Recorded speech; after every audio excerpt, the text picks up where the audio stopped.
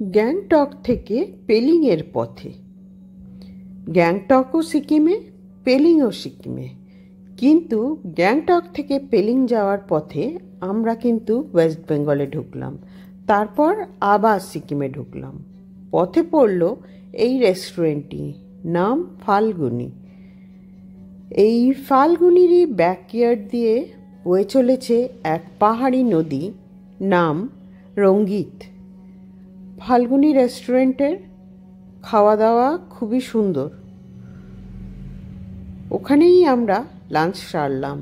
তারপর এই সুন্দর দৃশ্য ক্যামেরাবন্দি করতে ভুললাম না।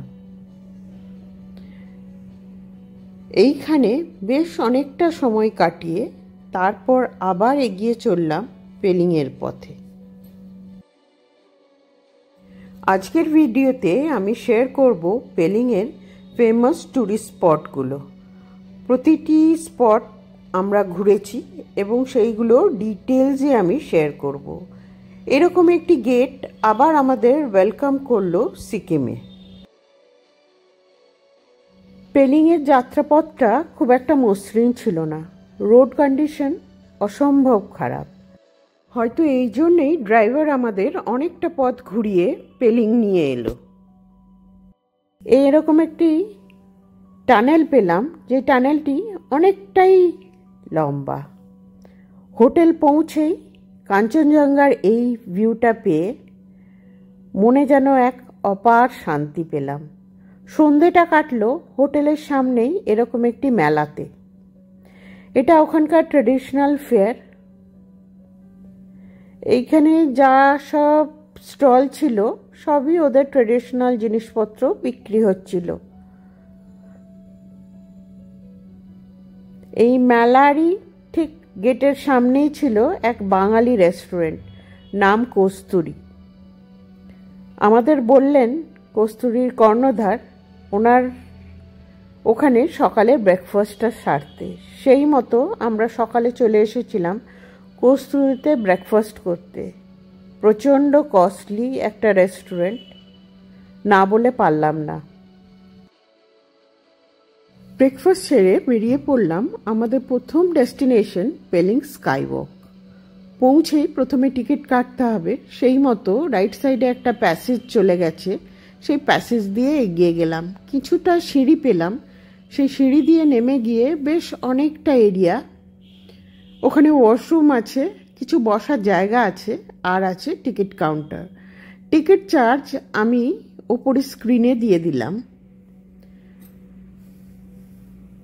টিকিট কাটতে গিয়েও বেশ সুন্দরভাবে কাঞ্চনজঙ্ঘার ভিউটা কিন্তু পেলাম।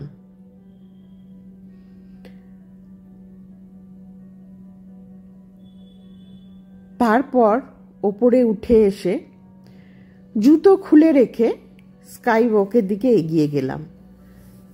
স্কাই ওয়াকে পৌঁছে যেটা দেখলাম যে একটা যদি ফটো শ্যুট করতে যায় আশেপাশে আরো 5 জনের ক্লিক হয়ে যাবে, এতটাই ভিড় ছিল স্কাই ওয়াকে। ওই ওপরে যে বুদ্ধ মূর্তিটি দেখা গেল সেখানে একটি মনেস্ট্রি আছে, সেইটির দিকেই এগিয়ে চললাম। বেশ কিছু সিঁড়ি দিয়ে উঠে এসে মনেস্ট্রিটি পেলাম, কিন্তু মনেস্ট্রিতে ছবি তোলা বারণ, তাই মনেস্ট্রির ভেতরের ছবি নিতে পারলাম না।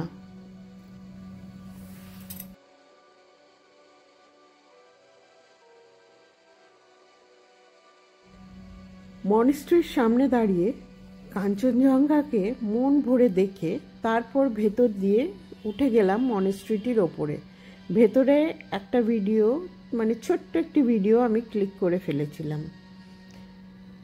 মনেস্ট্রির ওপরে উঠে স্কাই ওয়াকের ভিউ তো পেলাম, তার সাথে চারিপাশে যে ভিউটা পেলাম সেটা অসম্ভব সুন্দর।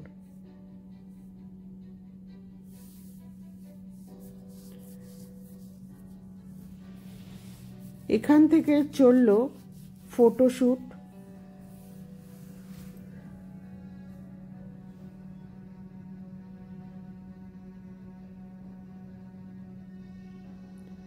একটু রেস্ট নিয়ে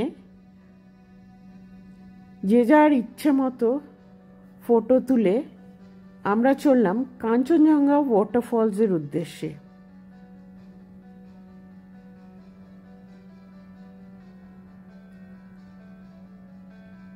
কাঞ্চনজঙ্ঘা ওয়াটারফলস এ যাওয়ার পথে একটি ছোট্ট ওয়াটারফলস পেলাম, যেটি হলো রিম্বি ওয়াটারফলস।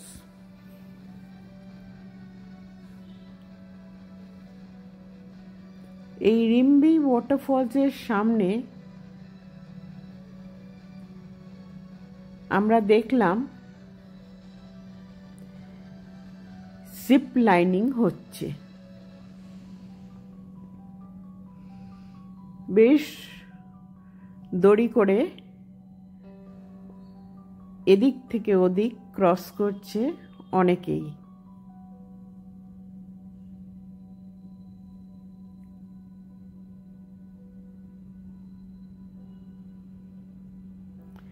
তারপর পাশ দিয়ে একটি সিঁড়ি উঠে গেছে কাঞ্চনজঙ্ঘা ওয়াটারফলসের কাছে। এটি হচ্ছে রিম্বি ওয়াটারফলস। আর এরকম সিঁড়ি দিয়ে এগিয়ে গেলে দূরে দেখা যাচ্ছে কাঞ্চনজঙ্ঘা ওয়াটারফলস। কাঞ্চনজঙ্ঘা ওয়াটারফলসের কাছে কিন্তু অসম্ভব ভিড়।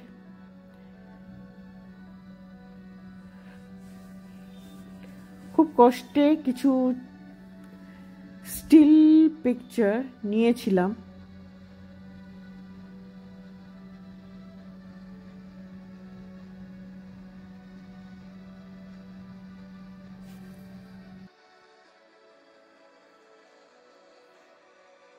আমাদের নেক্সট ডেস্টিনেশন হচ্ছে খেচিওপেরি লেক।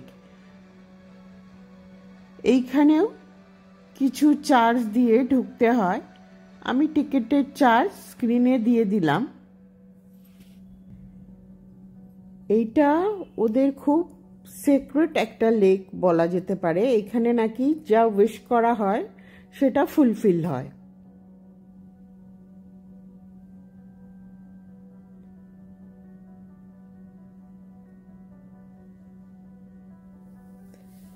লেকটিতে যাওয়ার আগে এরকম একটি জলাশয় দেখলাম, সেখানে প্রচুর মাছ আছে। মাছেদের খাবার দাবার দেওয়ারও ব্যবস্থা আছে। তারপর একটি প্যাসেজ দিয়ে সোজা এগিয়ে যাওয়া। বেশ অনেকটা হাঁটতে হবে, প্রায় মিনিট 15-20 হাঁটলে লেকটি দেখতে পাওয়া যাবে। পথে এরকম একটি জায়গা, মন্দির যেটা বলে, ওই রকম একটি মন্দির দেখতে পেলাম।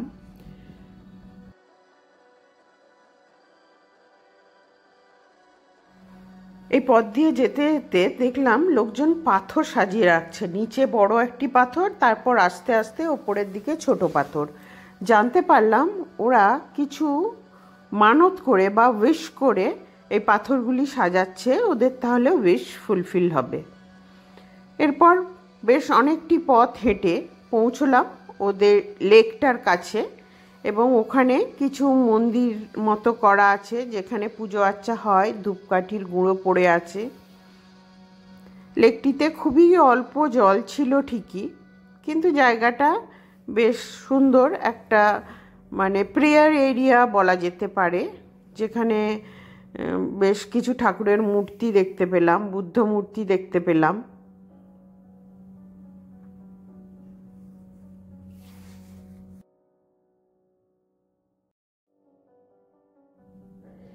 এরপর আমরা রওনা দেব আমাদের সেই দিনের last destination orange garden, Pelling. আমরা যখন অরেঞ্জ গার্ডেনে পৌঁছলাম তখন কিন্তু অরেঞ্জ গার্ডেন ক্লোজ হওয়ার সময় হয়ে গেছে। 4টে বেজে গেছে, বিকেল 4টে। তাড়াতাড়ি করে নেমে গিয়ে কিছু ক্লিকস নিয়ে বেরিয়ে এলাম। ভিডিও তোলার সময় ছিল না। ফার্স্ট ডে পেলিং ট্যুরে আমরা এই কটা স্পটই দেখেছিলাম।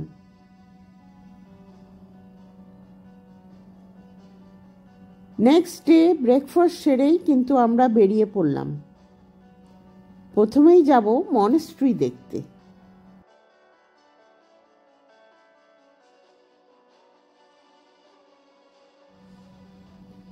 এই মনেস্ট্রিটির নাম আমি স্ক্রিনে দিয়ে দিলাম।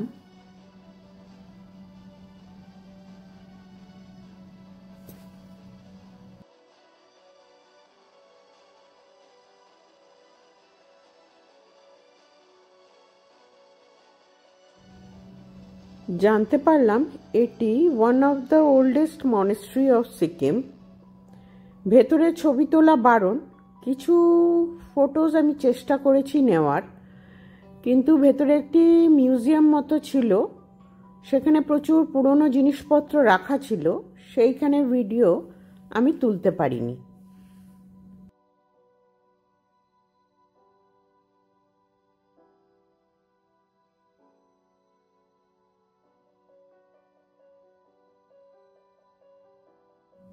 মনেস্ট্রির পরের ডেস্টিনেশন হলো আমাদের বার্ডস পার্ক।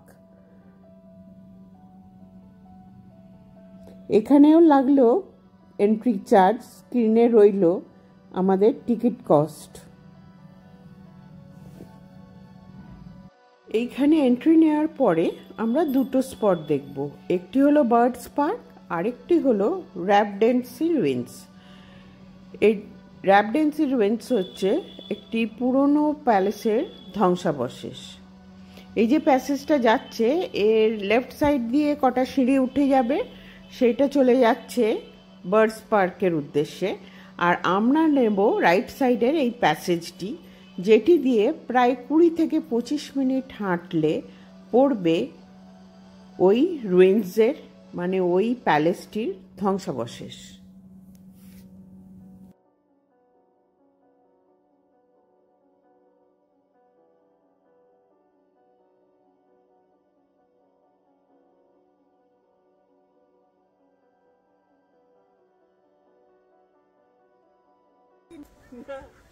রুইন্স দেখতে উঠে আমি শেষ হয়ে গেলাম, নিজেও রুইন্স হয়ে যাবে, নিজেই এখানে সমাধিস্থ হব।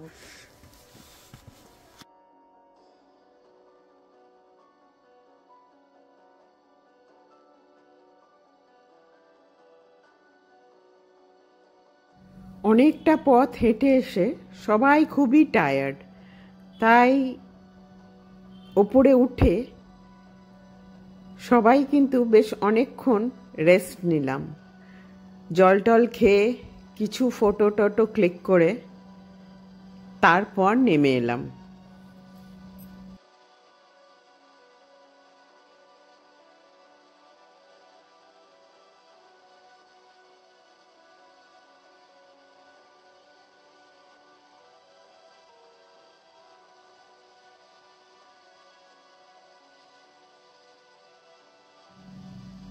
তবে এখানে না বললে নয় যে ওপরটা কিন্তু ভারী সুন্দর, বেশ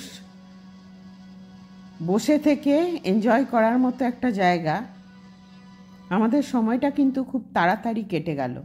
তারপর নেমে এলাম বার্ডস পার্কের কাছে।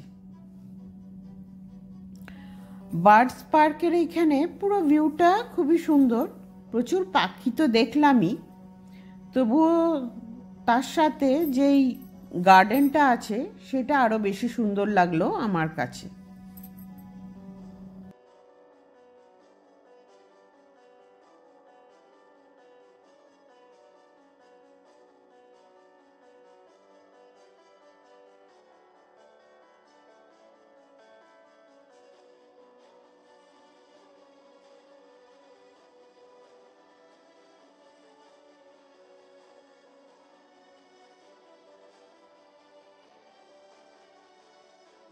এই ছিল পেলিংয়ের কিছু ফেমাস টুরিস্ট স্পট যেগুলো আমরা ভিজিট করেছিলাম।